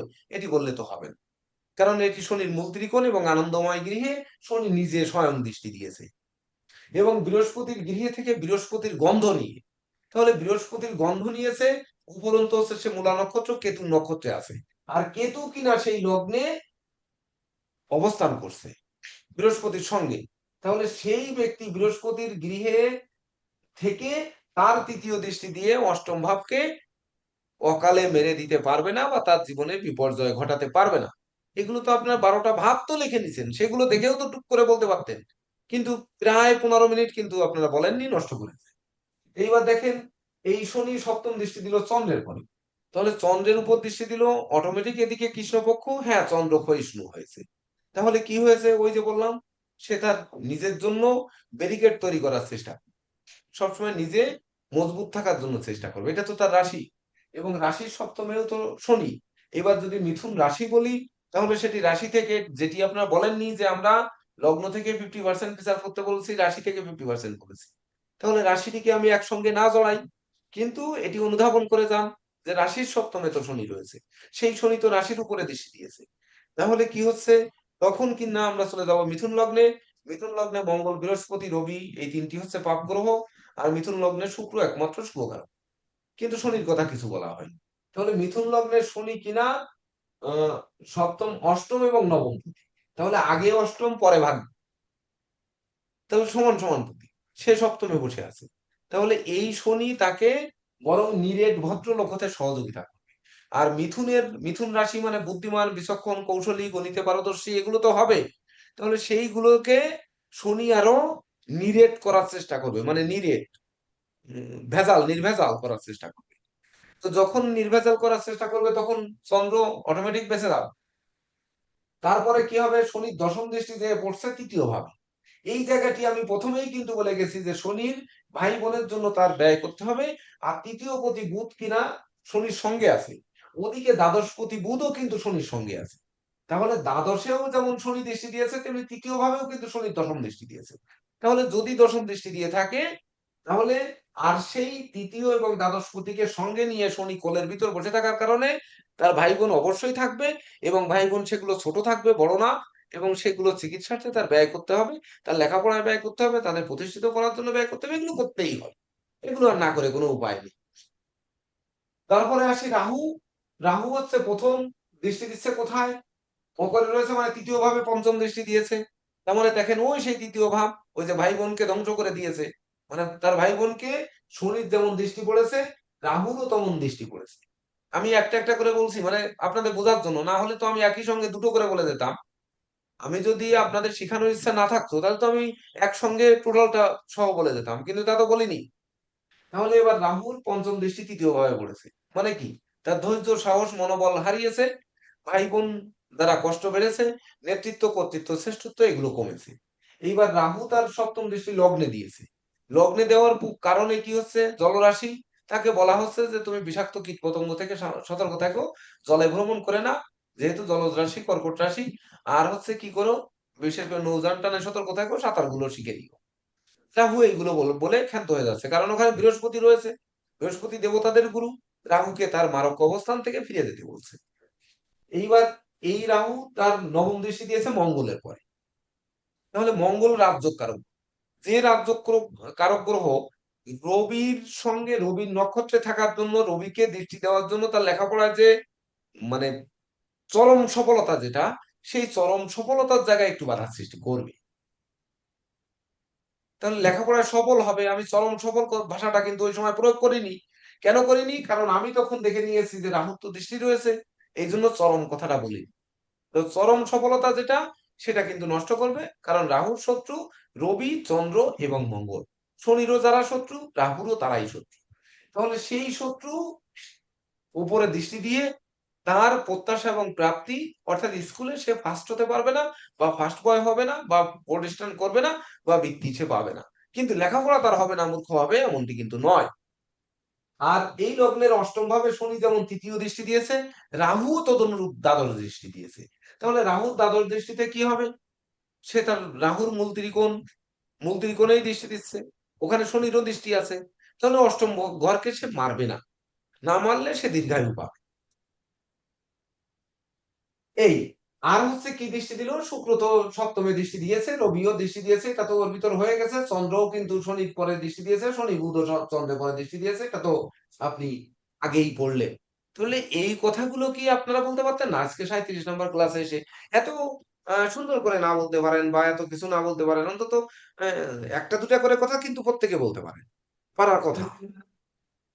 না হলে আমার কি মনে হলো যে কি করলাম তাহলে এতদিন ধরে। আর আমি আরো এই সঙ্গে সিলেবাসে সকালে আপনাদেরই কথা শুনে আমি এসে ত্রিপাব চক্র লিখলাম, বাদাকি চক্র লিখলাম, ডিম্ব চক্র লিখলাম, সান্নাড়ি চক্র লিখলাম, যে এগুলো আপনাদের দিয়ে দেব। আমি কখনোই আশা করি না যে আপনারা উচ্চতর ব্যাচে ক্লাস করুন, এটা আমি আশা করি না। আমি চাই যে এই প্রাথমিক ব্যাচে, আমি এমনটি চাই যে আমার সনাতন অ্যাস্ট্রোলজিক্যাল কোচিং সেন্টারে মানুষ উচ্চতর কোর্স করতে আসবে না, বরং প্রাথমিক কোর্স করতে আসবে, এটা আমি চাই, এবং সেটা সৃষ্টি করার চেষ্টা করছি আমি এবছর। আমার উচ্চতর ব্যাচের শিক্ষার্থীরা প্রাথমিক ব্যাচে আসবে, নিয়ম তো হচ্ছে প্রাথমিক ব্যাচের শিক্ষার্থীরা উচ্চতর শিক্ষা নেবে, আর আমি বলবো উচ্চতর ব্যাচের বা প্রফেশনাল জ্যোতিষরা আসবে আমার প্রাথমিক ব্যাচের ক্লাস করতে। এটি হচ্ছে আমার স্বপ্ন। তাহলে না আমি বুঝবো যে হ্যাঁ আমি সফল। এবং আরো একটি জিনিস আমার স্বপ্ন, এবছর যেমন আমি সম্মেলনে বলেছি যে, সম্মেলনে আমি প্রথমে বলেছিলাম যে মতুয়ান ডেকে নিয়ে আসবো, না হলে বড় বাজার থেকে লিবারদের ডেকে নিয়ে আসবো, তারা এসে ফতুয়া কিনে দিয়ে তাদের বসিয়ে আমি চেয়ার পূরণ করব। এটিও আমি এক ধরনের সংকল্প করেছি যে এক সময় হ্যাঁ আপনাদেরই বলবে যে উম ইয়ে কি হ্যাঁ হ্যাঁ সুজন আচার্য বাবু, আপনি তো আপনার তো স্যারকে একটু বলে দেন, তাহলে আমি একটু যেন যেতে পারি, হ্যাঁ যেন স্বপন বাবুকে রিকোয়েস্ট করে যে হ্যাঁ আমি একটু সম্মেলনে যাব, আমাকে যেন একটু আমার পার্টিসিপেটটা কনফার্ম করে দেন, এইভাবে যেন বলে দেন, এটা তো আমি প্রত্যাশা করি। হ্যাঁ আমি এই রকমই প্রত্যাশা করি যে সনাতন অ্যাস্ট্রোলজিক্যাল কোচিং সেন্টারে উচ্চতর ব্যাচের শিক্ষা নিতে না আসুক, মানুষ বলবে যে আমি যতই জ্যোতিষ শিখি না কেন আমি প্রাথমিক ব্যাচের ক্লাস করব। হ্যাঁ হ্যাঁ এটা আমি দেখেছি, কারণ এটা আমি হচ্ছে নিজে মুখে বলছি। যখন বুঝবে যে এখানে প্রকৃত শিক্ষা তখনই হবে যে জ্যোতিষরা যখন আমার প্রাথমিক শিক্ষা শিখতে এটা আসবে, মিনিমাম 10 কিলো। তখনই না স্বপন বাবু, স্বপন একটু চক্রবর্তী মহোদয়, একটু মিউট করেন। তো যখন না আমি বুঝবো যে সিনিয়ররা প্রাথমিক ব্যাচের ক্লাস করতে আসবে, তাহলে এই প্রতিষ্ঠানে উচ্চতর শিক্ষা কি হবে, আমি সেই জায়গায় নেওয়ার পরিকল্পনা নিয়ে আমি আপনাদের নিয়ে বড় স্বপ্ন দেখেছি, যে স্বপ্ন আমার জীবনের সব থেকে, তাহলে কি ব্যর্থ স্বপ্নে রূপান্তরিত হলো আজকে, কি তাই মনে করবো? না স্যার, সেরকম মনে করার দরকার স্যার নেই, এরকম কারণ স্যার এরকম মনে আমরা করবেন না বলা স্যার। শুরু না করতেছি তো না তাহলে স্যার। আপনারা বললেন না কেন? স্যারের সম্মুখে যে এরকম একটা পিটিশন কথা হ্যাঁ, খুব সাহস বেড়ে তারপরে যায় না। হচ্ছে আমরা এখানে দশা নিয়ে আসলাম, যে প্রথম কথা হচ্ছে জাতকটা মঙ্গলের দশায় জন্মগ্রহণ করেছে, তাহলে মঙ্গল রাজযোগ কারক গ্রহ, মঙ্গল একাদশে সে রাহু দৃষ্ট থাকুক আর নাই থাকুক, সে মঙ্গল শুক্রের গৃহে বসে থেকে নিশ্চয়ই মঙ্গল তো আর এমন দোষ করে নাই। মঙ্গল তো আর কোনো শত্রুর ঘরে বসে রয়নি, রাজযোগকারক গ্রহ একাদশে অবস্থান করছে। সেখানে কি করেছে, রবি নক্ষত্রে বসে আছে, রবি ধনপতি, এবং সেই রবি দৃষ্ট হয়ে বসে আছে, সেখানে রাহুও দৃষ্টি দিয়েছে। তো রাহু দৃষ্টি দিয়েছে, রাহুর নবম দৃষ্টি দিয়েছে, রাহুর পঞ্চম দৃষ্টি, রাহুর সপ্তম দৃষ্টি, রাহুর নবম দৃষ্টি, রাহুর দ্বাদশ দৃষ্টি। এগুলো কেমন হবে, এগুলো জেকে দেব স্যার আপনাদের ক্লাস করিয়েছে। তাহলে সেই অনুযায়ী নবম দৃষ্টি শুক্রের গৃহে পড়বে, যে শুক্রের গৃহটা হচ্ছে রাহুর তুঙ্গ গৃহ। ইন্ডিয়ান বা ভারতীয় মতে রাহুর তুঙ্গ গৃহ বৃষ, তাহলে সেখানে দৃষ্টি দিচ্ছে, যেটা লিখিত। আর আমি সনাতন অ্যাস্ট্রোলজিক্যাল কোচিং সেন্টারের শিক্ষার্থীদের শিখিয়েছি যে বৃষ রাহুর লিখিত মত যে বৃষ রাশিতে তুঙ্গস্থ, কিন্তু আমাদের মনের ভিতর থাকবে মিথুনে তুঙ্গস্থ। কেন, সেটিরও ব্যাখ্যা দিয়েছি যে বৃষের রাহু, বৃষে কি কি নক্ষত্র রয়েছে আর মিথুনে কোন কোন নক্ষত্র রয়েছে, কার উপর সে খবরদারি বেশি করতে পারবে, যার জন্য তুঙ্গস্থ নিচস্থর এই ব্যাখ্যাও দিয়েছি। তাহলে সেখানে শুক্রের গৃহে থেকে শুক্রও তো দৃষ্টি দিয়েছে নিজের গৃহে, তাহলে নিজের গৃহে মঙ্গলকে মেরে দেবে, আর রাহু দৃষ্টি দিয়ে নবম দৃষ্টি দিয়ে মেরে দেবে। যদি মেরে না দিতে পারে তাহলে মঙ্গলের দশা তো সে অতিক্রম করেছে, মঙ্গলের দশায় সে মারা যায়নি নিশ্চয়ই, মঙ্গলের দশায় সে কেমন হয়েছে। এদিকে আমি আপনাদের গ্রুপে পাতাকি ত্রিপাপ চক্রটা দিয়ে দিয়েছি, ত্রিপাপ চক্রটা দিয়ে আমি এখানে লিখেও ফেলেছি, আপনাদের বলতে দিই যে এটিকে একটু টাচ দিয়ে দেব। তাহলে এখানে 90 আর 91, ডিসেম্বর আর এপ্রিল, মানে হচ্ছে মাত্র 4 মাস হচ্ছে সে মঙ্গলের দশা পেয়েছে। তো 4 মাসে হচ্ছে বয়বর্ষ 1 বছরের মধ্যে পড়বে। তা মঙ্গল বুধ আর শুক্র পড়েছে কেতু পতাকি, কেতু কুণ্ডলী আর গুরু কুণ্ডলীর মধ্যে। তাহলে এটি কি হয়েছে এটি আপনাদের একটু বুঝিয়ে দেব, এটা শর্ট আকারে, যে পরবর্তীতে আপনারা যাতে রিসার্চটা করতে পারেন, ঘরে বসে যাতে আপনারা কম বেশি জ্যোতিষ করতে পারেন।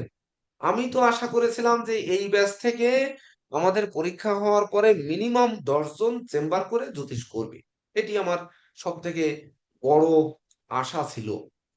গতকাল বা এই ক্লাস শুরু হওয়ার আগ পর্যন্ত আমি সেই আশাবাদী ছিলাম। তো এখন কি আমার আশাটা তাহলে যে 10 জন চেম্বার করবে না?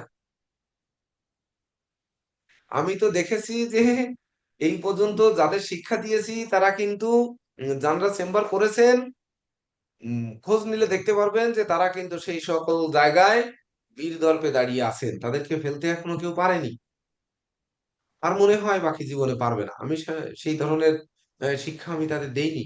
যদি প্রয়োগ তারা করেন তাহলে ব্যর্থ হবেন না, এটা আমার বিশ্বাস। তাহলে আজকের আমার বিশ্বাস কোথায় গেল? এইবার আসি ত্রিপাপ চক্র। স্যার ত্রিপাপ এত চক্র তাড়াতাড়ি যেটা আশা দিয়েছি, হলে চলবে না তো স্যার, গাছ তো রোপণ করছেন, ফল দিতে তো একটু সময় লাগবে স্যার। না সে বলবো, বলার সুযোগ দেব। তারপরে আপনারা এই লগ্নে বলতে পারতেন যে এই লগ্নে তাহলে আমার মঙ্গল কেমন হবে এই জাতকের, যে আমরা এটাও শিখিয়েছি যে বৃহস্পতি লগ্নে রয়েছে রাহু দৃষ্ট হয়ে। তাহলে আপনারা বলতে পারতেন যে হাত থেকে স্যার রাহুর দৃষ্টি যেহেতু রয়েছে, রাহুর ক্ষেত্রে একটি রেখা উঠে যেতে পারে, রাহুর ক্ষেত্র থেকে বৃহস্পতির ক্ষেত্রে একটি রেখা উঠা থাকতে পারে এই জাতকে, যে রাহু ডিস্টার্ব করবে বৃহস্পতিকে, এখানে যেমন ডিস্টার্ব করেছে এরকম একটা রেখা থাকতে পারে। এদিকে রাহু শুক্রের গৃহে মঙ্গলকে দৃষ্টি দিয়েছে, তাহলে রাহুর ক্ষেত্র থেকে কোনো রেখা বেরিয়ে রাহু রেখাকে ছেদ করে চুল আকারে বেরিয়ে মঙ্গলের ক্ষেত্রে কোনো রেখা যেতে গেলেও যেতে পারে, এটা ডিস্টার্ব করার জন্য এটা গেলে যেতে পারে, এ কথাও কিন্তু আপনারা বলতে পারতেন। এবার শনি অষ্টমে দৃষ্টি দিয়েছে, তাহলে আর শনি হচ্ছে দ্বাদশে ব্যয়ের ভাবে দৃষ্টি দিয়েছে।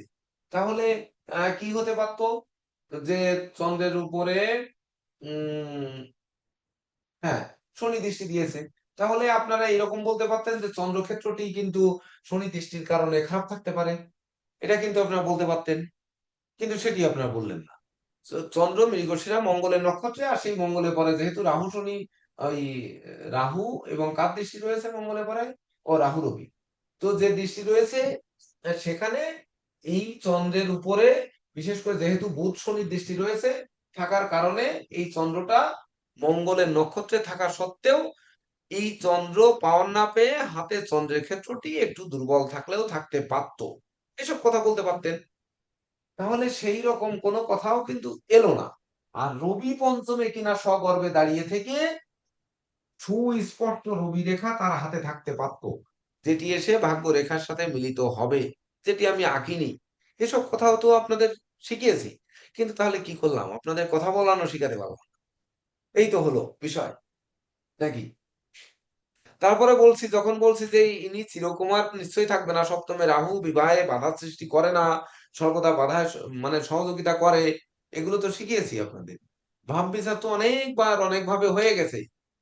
তাহলে সেক্ষেত্রেও কোনো কথা আর এলো না যে তাহলে তার বিবাহ রেখাটি কেমন থাকবে, একটা থাকবে না দুটো থাকবে, এরকম উপরে ভুল বলতেন, সমস্যা কি?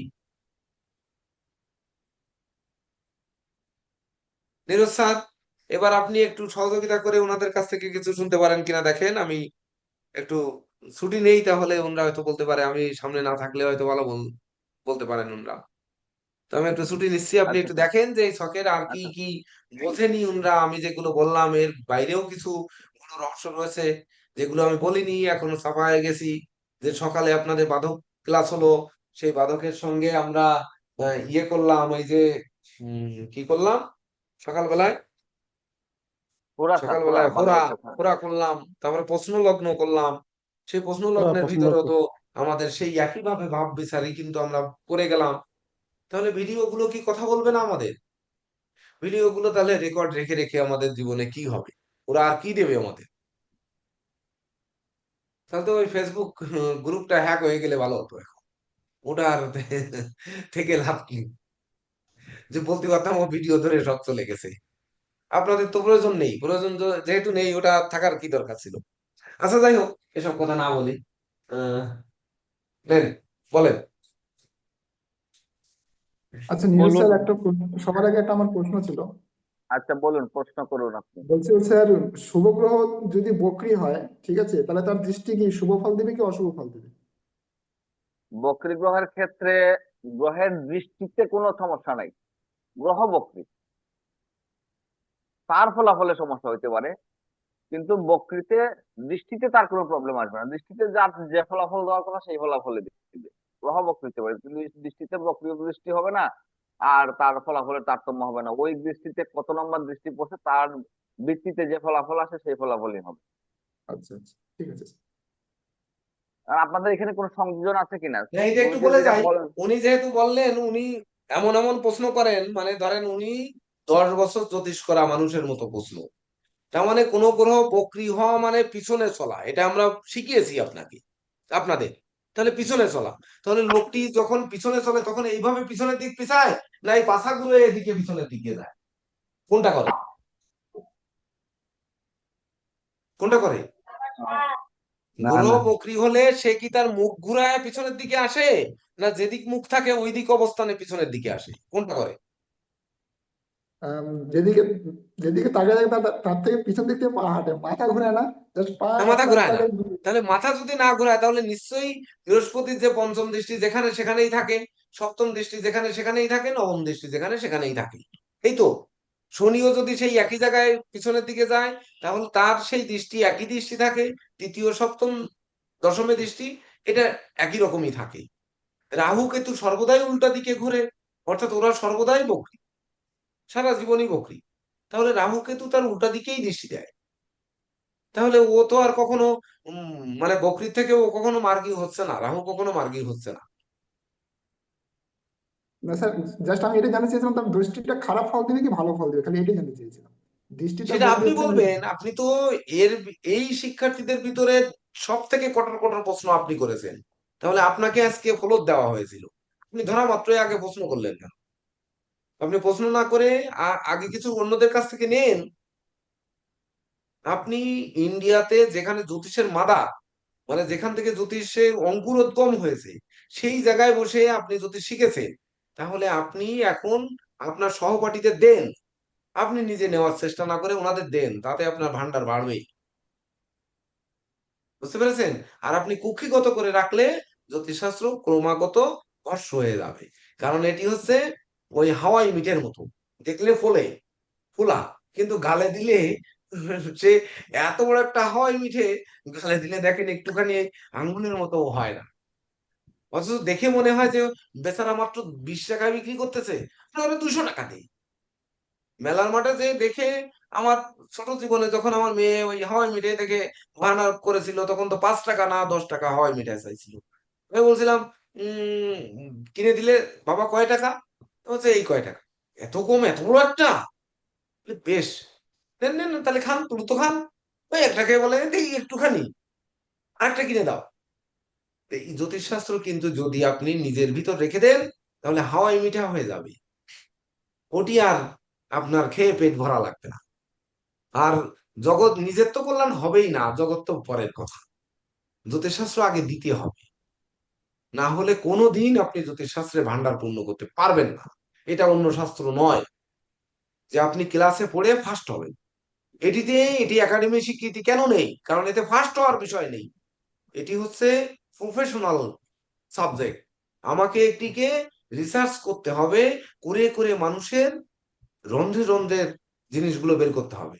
আমি আমার উচ্চতর কাছে যেভাবে ধরেন মান্ডেন অ্যাস্ট্রোলজি যেভাবে সূত্র দিয়েছি, বাস্তু ওইভাবে দিব, আমার ইচ্ছা আছে। বা ধরেন আপনার এই যেভাবে নক দেওয়া হচ্ছে যে একটি মানুষের সামুদ্রিক শাস্ত্রে যদি কানের মধ্যে তিল থাকে, সেটি হরোস্কোপের মধ্য দিয়ে বের করতে হবে। কিভাবে বের করতে হবে? তার যদি পায়ের তালুতে থাকে, সেটি দেখা যাচ্ছে না, সেটিও হরোস্কোপ থেকে বের করতে হবে। তাহলে এটি কিভাবে বের করতে হবে? তাহলে হরোস্কোপে এই নিগূঢ় তত্ত্বগুলো তো রয়েছে। সে পর্যন্ত আপনার না যান, কিন্তু কথা বলবেন এ আশা তো আমি করতেই পারতাম, কিন্তু আজকে ভুল হলো। যাই হোক, নীরজ স্যার যা পারেন এবার করেন। বিষ্ণুবাবু, আপনি কি এই ছোটবেলায় বায়না ধরতেন বেশি নাকি? হ্যাঁ, খেয়াল করে দেখেন তো, দোকানে গেলে খুব বেশি বায়না ধরতেন, আমাকে এইটা দিতে হবে, ওইটা দিতে হবে, এবং যতক্ষণ পর্যন্ত বায়না ফিল আপ না হচ্ছে ততক্ষণ বায়না শুধু থাকতো। দোকানের ক্ষেত্রে না, আমি সবার কাছে গেলে বায়না ধরি। বায়না ধরেন, আর হ্যাঁ। যতক্ষণ না পাচ্ছি ততক্ষণ বলতে থাকবো, লাগবে এটা, আমার লাগবে এটা। হ্যাঁ, আপনার বুধ কি রাহু যুক্ত?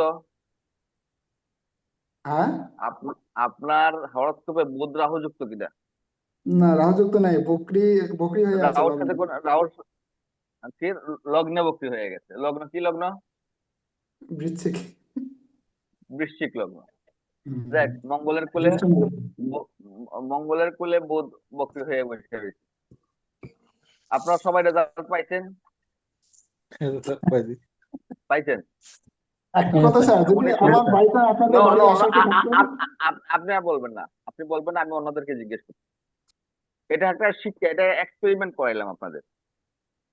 উনি নিশ্চয়ই। প্রশ্ন করে বক্রী গ্রহ আমাদেরকে কি করে, পরিশ্রম করায়, কিন্তু রেজাল্ট নিয়ে আসে, কিন্তু ওইটা ধরে রাখার মতো থলি নাই, থলি থলি আধার নাই, পাত্র নাই। তুনার সেই পাত্রটা ফুটো। উনি প্রশ্ন করে আনসার আদায় করে, কিন্তু ওইটা আবার ওই পিছন রেখে সিধা পকেটে রাখে, ওইটা পকেট থেকে আবার পড়ে যায়। মানে উনি যা অর্জন করে কিছু ধরে রাখতে পারে না, সব ফুটোর ছিদ্র দিয়ে পড়ে যায়। এটা হচ্ছে ওনার প্রবলেম। তাইলে ওনার বুধকে ঠিক করতে হবে, ওনার এই অবস্থা থেকে বের হয়ে আসতে হলে ওনার বুধকে ঠিক করতে হবে। যাই হোক, এখন আপনাদের এই যে স্যার যে চারটা নিয়ে আলোচনা করলেন, আপনাদের কোন জায়গায় প্রশ্ন ক্রিয়েট হচ্ছে যে আনসারটা আপনারা পান নাই? কারণ আমি আপনাদেরকে একটা কথা বলি, গুরুজি, জয়ন্ত স্যার এবং প্রত্যেক মেন টু মেন বেরি করে, হয়তো আমি অনেক সময় গুরুজিকে বলছি যে স্যার, আপনার সামনে প্রেডিকশন করতে ভয় লাগে, ভয় পাই। তো আপনাদের ক্ষেত্রে এটা হইতে পারে, কারণ আমি নিজেদেরকে দিয়ে আলোচনা করলে বা বুঝলে এটা বুঝতে পারি যে এটা হয়। অনেক সময় অনেক কিছু জানা থাকা সত্ত্বেও ভুল হয়ে যাচ্ছে কিনা, এই টেন্ডেন্সি থেকে আমরা সেটা পরীক্ষার খাতায় ভুল করি। তো সেই ক্ষেত্রে কোন জায়গাটা আপনাদের মনে হচ্ছে যে এই জায়গাটা আমাদের উঠে আসে নাই, এই জায়গাটা উঠে আসা হচ্ছিল, বা ওই যে গুরুজি বলে গেছেন সেই জায়গাটা বোঝার দরকার ছিল, আরেকটু বোঝার দরকার ছিল, কোন জায়গাটা বলেন? সব তো আমরা বুঝি না, এটা ঠিক। মাথার উপর দিয়ে গেছে, কানের এই দিক দিয়ে ঢুকছে, ওই দিক দিয়ে বেরোচ্ছে। ঠিক কোন জায়গায় পয়েন্ট আউট করলে পরে, কোন জায়গাটা আগে ধরলে পরে আপনাদের বুঝতে সুবিধা হবে, একটু বলেন। এনি ম্যান, এনি এনি, যে কোনো একটু বলেন। এমনিতে স্যার স্যার পড়ালেখার বিষয়টা যদি স্যার একটু বলতেন আবার। পড়ালেখা, আচ্ছা। আর আর আর আর কারো প্রশ্ন সাথে মানে সম্পূরক প্রশ্ন আছে কিনা? গুরুজি প্রণাম। প্রণাম, বলেন। অর্পণ বলছেন। হ্যাঁ, গুরুজি, অর্পণ বলুন। হ্যাঁ। পুরো চার্টটাই তো গুরুজি মোটামুটি ব্যাখ্যা করেছেন। কিন্তু একটু স্পিডে বলেছেন গুরুজি। আপনি যদি একটু আস্তে আস্তে যদি আবার একটু বলেন, তাহলে হচ্ছে আমরা প্রত্যেকটা ভাব একটু ইজিলি ধরতে পারবো আর কি। প্রত্যেকটা ভাব আমি বলতে পারবো না, গুরুজি ইয়ে করছেন, আমি জাস্ট লেকনেস যে জায়গাটা আপনাদের বুঝতে হ্যাঁ, অসুবিধা যে হচ্ছে সেই জায়গাটা জায়গাগুলো ধরিয়ে আছে। দেবো, সেই জায়গাটা ধরিয়ে দেবো। আচ্ছা, আর আর সম্পূরক থাকলে বলেন। স্যার এখানে এই যে একটা ঘরে এ, মানে কোন গৃহে কোন গ্রহের দৃষ্টি পড়ে না সেই দৃষ্টি সেই পড়ে নাই। হ্যাঁ হ্যাঁ, আপনি হ্যাঁ প্রশ্ন সেটা আপনি বুঝতে পারছেন, প্রশ্ন বুঝতে সেটা পারছেন। কিভাবে বিচার হবে? আচ্ছা আচ্ছা আচ্ছা, বলতে তাহলে আমরা তিনটা প্রশ্ন পেলাম, একটা হচ্ছে লেখাপড়া, তারপর বলরামদার কাছ থেকে পেলাম একটা, অর্পণ বাবুর কাছ থেকে পেলাম একটা। এখন যদি আমরা চারটা একটু খেয়াল করি, আপনারা কি চারটা খাতায় লিখছেন? হ্যাঁ হুম, স্যার লিখছি তো। আচ্ছা স্যার, সামনে লিখছেন? আছে। হ্যাঁ, নীরজ দৃষ্টিগুলো স্যার, নীরজ হ্যাঁ স্যার বলুন। আপনি কি আমি এই আপনার দৃষ্টি আকর্ষণ করে আপনার হ্যাঁ অনুমতি হ্যাঁ নিয়ে বলতে চাই যে ভদ্রলোক আপনার মানে হ্যাঁ বলুন। প্রথম থেকে আপনার মানে একটু বোঝার চেষ্টা করেছেন। আমি একটু ট্রাই করে আপনার মানেই দেখতে পারি উনাকে যে উনি কি আছেন, লাইনে আছেন? কোনটা কোনটা কার কথা বলতেছেন? এই যে একজন আপনার স্টুডেন্ট প্রশ্ন করছে যে গুরুজি একটু দ্রুত বলছেন, আপনার মানে একটু আস্তে আস্তে আপনার মানে বলার জন্য। এটা তো হরপন ফল এটা। ওই যে অর্পণ বাবু বলছেন। আচ্ছা, হ্যাঁ, উন- উন- হ্যাঁ, অর্পণ বাবু, আপনি কি শুনতে পাচ্ছেন আমাকে? হ্যাঁ, নারেন্দা শুনতে পাচ্ছি। ও আচ্ছা আচ্ছা। আচ্ছা, এই আপনারা যে জন্মছক আপনার মানে যেটা দিছিলেন সেটা হচ্ছে যে আপনার 3 তারিখ 12 মাস 1990 ইংরেজি 90। রাত 9টা খুলনা। এটা তো ঠিক আছে? হ্যাঁ আচ্ছা, এরপরে আপনার এটা স্যারে যেটা আপনার মানে ইয়ে করেছে, আপনার ছক তৈরি করেছে, সেটা হচ্ছে যে কর্কট লগ্নে বৃহস্পতি এবং কেতু বসে আছে। এটা হুম, ক্লিয়ার? হ্যাঁ ক্লিয়ার। দ্বিতীয় ভাবে আপনার মানে কোনো কেউ নাই, তৃতীয় ভাবেও কেউ নাই, চতুর্থে কেউ নাই, পঞ্চমে আসি আপনার রবি শুক্র বুধ। এটা কি লিখেছেন? হ্যাঁ লিখেছি। আচ্ছা, ওখানে রবির ডিগ্রিও লেখা আছে 17 ডিগ্রি, শুক্রের ডিগ্রি আছে 25 ডিগ্রি 25 ডিগ্রি। 21 মিনিট, এবং বুধের ডিগ্রি আছে 8.13। এটা কি ক্লিয়ার আপনি? হ্যাঁ আচ্ছা, তারপরে ষষ্ঠ করে আপনার মানে শনি 28 ডিগ্রি 50। এটা কি লিখেছেন? হ্যাঁ লিখেছি। আচ্ছা, তারপরে আপনার সপ্তমে রাহু। 6 ডিগ্রি। হ্যাঁ, অষ্টমে কেউ নাই, হ্যাঁ, নবমেও কেউ নেই, দশমেও কেউ নবমে নেই। কেউ নাই, দশমে কেউ নাই, একাদশে মঙ্গল। মঙ্গল 9 ডিগ্রি। হ্যাঁ, দ্বাদশে আছে আপনার মানে চন্দ্র চন্দ্র আপনার 5.58। হ্যাঁ ক্লিয়ার? এইটুকু পর্যন্ত ক্লিয়ার। ক্লিয়ার? আচ্ছা, ক্লিয়ার। এখন এখন বিষয় হচ্ছে যে এটা হচ্ছে যে কর্কট লগ্ন। এই কর্কট লগ্নে এটা হচ্ছে যে আপনাকে মনে রাখতে হবে যে এটা চররাশি, আপনাদের একজন স্টুডেন্ট বলছে, এবং এটা হচ্ছে যে জলরাশি, এটাও স্যারে বলছে। আপনি কি ক্লিয়ার এ ব্যাপারে? হ্যাঁ ক্লিয়ার। আচ্ছা, এখন এই লগ্নের আপনার মানে বুধ শুক্র হচ্ছে যে পাপ।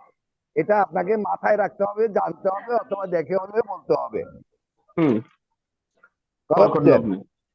হ্যাঁ, কর্কট লগ্নে বুধ শুক্র হচ্ছে যে পাপ, মঙ্গল বৃহস্পতি হচ্ছে যে শুভ। হুম ঠিক আছে? হুম। এবং হ্যাঁ। মঙ্গল একাই রাজযোগকারক গ্রহ। হুম তারপরে শনি হচ্ছে যে এখানে মুখ্য মারক গ্রহ। হুম। তো এখন এই চার্টে আপনার মানে নিউরোস্টার যেটা বের করেছেন সেটা আপনার মানে 72 মতে আপনার মানে দশা হচ্ছে যে মঙ্গলের দশা পেয়েছে 3/12/1990 থেকে 14/4/1991 পর্যন্ত। হ্যাঁ এটা কি আপনি ক্লিয়ার? এতটুকু পর্যন্ত সবাই হ্যাঁ ক্লিয়ার? হ্যাঁ ক্লিয়ার লিখেছি। আচ্ছা, তারপরে আপনার মানে রাহুর এই মানে আমরা সবাই জানি রাহুর আপনার মানে 18 বছর একটা আপনার মানে ইয়ে আছে, মহাদশা আছে। 91 থেকে ডাইরেক্ট আপনার 18 বছর যোগ করে 2009। 2009 পর্যন্ত হয়েছে। ক্লিয়ার? হ্যাঁ আমি একটা অনুষ্ঠানে আছি, তারপরও আপনাদেরকে বলতেছি, যদি ডিস্টার্ব হয় আমাকে একটু বলবেন। কথা বলছেন? না যা হোক তাহলে হ্যাঁ আমি বলে দিই আচ্ছা শুনুন। তারপরে বৃহস্পতি 16 বছর, আপনার শনির 19 বছর, তা 2004-এ চলে আসছে। এর থেকে আপনার মোটামুটি স্যারে আপনার মানে প্রেডিকশন করছে, এই প্রেডিকশনের কথাগুলো আপনারা সবাই শুনছেন। আমার তার চলে আসছে, আমি ইয়ে করলাম না না না না ভালো কিছুটা। হয়েছে। তো বিষয় হচ্ছে আমি যেটা আশা করেছিলাম সেই আশাটা মানে অপূর্ণ থেকে যাচ্ছে, যদিও দশার ক্লাসটা এখনো হয়নি। বিংশোত্তরী দশার ক্লাস আছে 46 নম্বরে, কিন্তু দশাটাও কিন্তু আমরা আলোচনা করে গেছি। দশাটা আপনাদের একটু শিখায় দেওয়া হচ্ছে যে একটা সম্পূর্ণ জন্মছক যেহেতু বিচার এখানে, তাহলে দশাটা আমাদের দেখার দরকার আছে, এই জন্য দশাটা বসিয়ে রাখলাম। দশার ফলাফল আপনাদের এখন বলতে হবে না, কেন এখন তো আপনারা শেখেননি। দশার ফলাফল তথাপিও একটু সংক্ষেপে বলে দিই। দশার ফলাফল হচ্ছে এভাবে বিচার করতে হবে যে দশাপতি যদি শুভ হয়, অন্তর্দশাপতি যদি শুভ হয়, তাহলে ফলাদেশ শুভ হবে। এইবার দশাপতি অশুভ, অন্তর্দশাপতিও যদি অশুভ থাকে তাহলে অশুভ ফল দেবে। আর মহাদশায় হচ্ছে যার মহাদশা সে যদি শুভ থাকে শুভ ফল, অশুভ থাকলে অশুভ ফল। মঙ্গল শুভ, মঙ্গল সে শুভ ফল দেবে। রাহু তো আর এই লগ্নে শুভ না, কিন্তু শনির ঘরে গিয়ে দুর্বল হয়েছে, তাহলে রাহুর দশাটা তার একটু অশুভ যেতে পারে বা যাবে। যাবে যে যে ঘরে দৃষ্টি দিয়েছে সেই সেই ঘর কত ফলাফল ওই 18 বছরে খারাপ যাবে। তারপরে অন্তর্দশা মানে অন্তর্দশা যখন আপনারা বিচার করবেন তখন পার্ট পার্ট আপনারা সেই অনুযায়ী বিচার করে নেবেন। তারপরে বৃহস্পতির দশা 16 বছর, বৃহস্পতি 16 বছর তো অবশ্যই ভালো দিতে হবে, কারণ বৃহস্পতি শুভকারক গ্রহ, তাহলে সে ভালো দেবে। এবং বৃহস্পতি যে যে গৃহে দৃষ্টি দিয়েছে সেই সেই গৃহে ভালো দেবে। তাহলে তার হায়ার এডুকেটেড ঘরে তো বৃহস্পতি দৃষ্টি দিয়েছে, তাহলে উচ্চশিক্ষা তার হবেই, না হওয়ার কোনো কারণ নেই। আর বৃহস্পতির দশার সময় তো সে আহ, মানে 18 বছর 4 মাস বয়সের থেকে তো 16 বছর একটা না তার জীবনের লেখাপড়া শেষ করা পর্যন্ত তো সে বৃহস্পতির দশা পাচ্ছে। তাহলে 18 বছর মানে ধরেন এসএসসি পাশ করে হয়তো ইন্টারমিডিয়েট পড়ছে, সেই সময় থেকে বৃহস্পতির দশা পাচ্ছে, তাহলে নিশ্চয়ই সে ভালো কিছু পাবে। তাহলে সেই যে ভালো কিছু পাবে এটা বোঝানোর জন্য বলেছিলাম। উপরন্তু আমি আরো নতুন করে যুক্ত করলাম যে আপনার এই ত্রিপাক চক্র, সান্নাড়ি চক্র, তারপরে ধরেন নবতারা চক্র, এগুলোকে আপনাদের একটু দেখিয়ে দেওয়া হবে। যে আমি নোট করে নিলাম যে বাকি ক্লাসের ফাঁকে ফাঁকে আমরা এগুলোকে করে নেব। একটু নবতারা চক্রটা একটু লিখে নিই। নবতারা, তারপরে ডিম্ব চক্র, এগুলো দেখাবো। নবতারাটাও আমি যুক্ত করে নিলাম। তাহলে দেখেন আমার ইচ্ছাটা জাগবে কোথায়, যে আমার ক্লাসকে ওভারও তো করি, 3 ঘন্টার উপরেও করি, কিন্তু কোনো ক্লাস তো মানে দেখাতে পারবেন না যে 10 মিনিট গল্প আছে। যদিও বলা রয়েছে যে শেষ আধা ঘন্টা আপনাদের আহ, কথা নেব, কিন্তু শেষ আধা ঘন্টাও আমরা সুযোগ পাই না, আমরা 15 মিনিটও পাই না সুযোগ নেওয়ার। কিন্তু সেটা 5 মিনিট পরে হলে আমরা ক্লাসটা সবসময় 5 মিনিট পরে শেষ করার চেষ্টা করি। তাহলে সেটি করে আমরা ফলাফল আমাদের অনুকূলে আসছে না। অনুকূলে কে আনতে দিল না? আনতে দিল না কে? আজকে 20 তারিখে 37 নম্বর ক্লাস 7 আর 3 10 1 মানে রবি। তাহলে রবি কি হয়েছে? রবি শুক্র যুক্ত হয়েছে। তাহলে শুক্র যুক্ত হলে রবির শত্রু শুক্র, সেই শুক্র যুক্ত হয়েছে, এই কথাটাও আপনারা বলতে পারতেন যে এই কারণে আমাদের 37 নম্বর ক্লাসে আমরা কথা বলতে পারি। আমাদের রবি তো শুক্র যুক্ত হয়ে আমাকে ওখানে দৈত্য গুরু যুক্ত হয়ে আমাদের যশ খ্যাতিটা নষ্ট করেছে। আর একটা জিনিস বলতে পারতেন যে 20 তারিখে জন্ম, ওই 20 তারিখে ক্লাসটা হচ্ছে, তাহলে 20 তারিখে চন্দ্র 2, সে 2 হচ্ছে চন্দ্র দ্বাদশে, যার জন্য আমাদের মন মানসিকতা ভালো নেই। যেমন সারাদিন রোজা রেখে আওলাদ হোসেন সাহেব বলেছিলেন ক্লাস একটু পরে যোগদান করতে, মানে শুরু করতে, আমরা কিন্তু 6টা 15-র পরে শুরু করেছি। তো এই জন্য হয়তো একটু লেট হয়েছে। কিন্তু সেখানে কি হচ্ছে, আমার সাল এবং মাস মিলে হচ্ছে 5 বুধ। তাহলে বুধ এখানে শনি যুক্ত হয়েছে, যার জন্য আমরা বুদ্ধি খাটাতে পারিনি পরিপূর্ণরূপে। এটা বললে দোষের কি ছিল, যে এই জন্য আমরা পারিনি? এগুলো তো নিউমারোলজিতে পরিপূর্ণ শিক্ষা আপনাদের দেওয়া হয়েছে। নিউমারোলজিতে তো কোনো ঘাটতি নেই, ওতে তো আর দশা অন্তর্দশা বাকি রয়েছে বা বাকি ক্লাস বাকি রয়েছে। ওখানে তো 9টা গ্রহের ক্লাস হয়েছে, তাহলে সেগুলো কি হলো? তাহলে বুধ এখানে শনি যুক্ত থাকার কারণে আমাদের মুখ থেকে কথা ফুটছে না আজকে। স্যার কি করবো, আজকে তো আরেকটাই পড়েছে আমাদের বিপক্ষে। আপনার জন্য হাউসের পক্ষে পড়তে পারে, মানে সরি আপনার জন্য অডিয়েন্স মানে ডায়াসের পক্ষে পড়তে পারে, কিন্তু অডিয়েন্স আমরা আমাদের জন্য বিপক্ষে। আমরা যেহেতু তাকায় পড়ে, স্যার আপনি আমাদের দিকে তাকায় আমাকে দেখছেন, আর আপনার দিকে তাকায় হচ্ছে আমি তারিখের ক্লাসটা দেখতেছি, যার জন্য বুধ এখানে ফল দিতে পারছে না। তাছাড়া বার আজকে শুক্র, তাহলে শুক্রবার সেই শুক্র যুক্ত হয়ে আবার সেই চন্দ্র, চন্দ্র কিনা আবার সে ব্যস্ত হয়েছে। তাহলে আমাদের এই জন্য বাঘ যেন রুদ্ধ করে দিয়েছে। এ কথাগুলো তো বলতে পারতেন, এগুলো তো নিউমারোলজিতে একেবারে কি বলবো, এটাও আসলে আমি ক্লাস দিতে পারিনি। যাই হোক, এবার গ্রুপে দেখেন আপনাদের 3টা পেজ দিয়েছি। সহজ হচ্ছে মাদার গ্রুপে আপনারা একটু দেখে নেন, না হলে পরে দেখে নিয়েন। এটা সহজ ত্রিপাপ চক্র। ত্রিপাপ চক্র বলতে 3টি পাপ যদি এক গৃহে থাকে, তাহলে তার নামের জন্যই যে ফলাদেশ দেয় তার জন্য ত্রিপাপ চক্র, ফলটা মানে চক্রটার নামই ত্রিপাপ চক্র।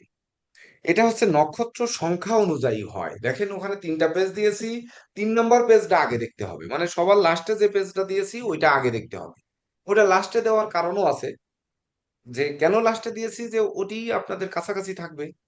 তারপরে দিয়েছি দেখেন ওখানে পেজ নাম্বার 131, 132, 133। পরের পেজগুলো দেইনি।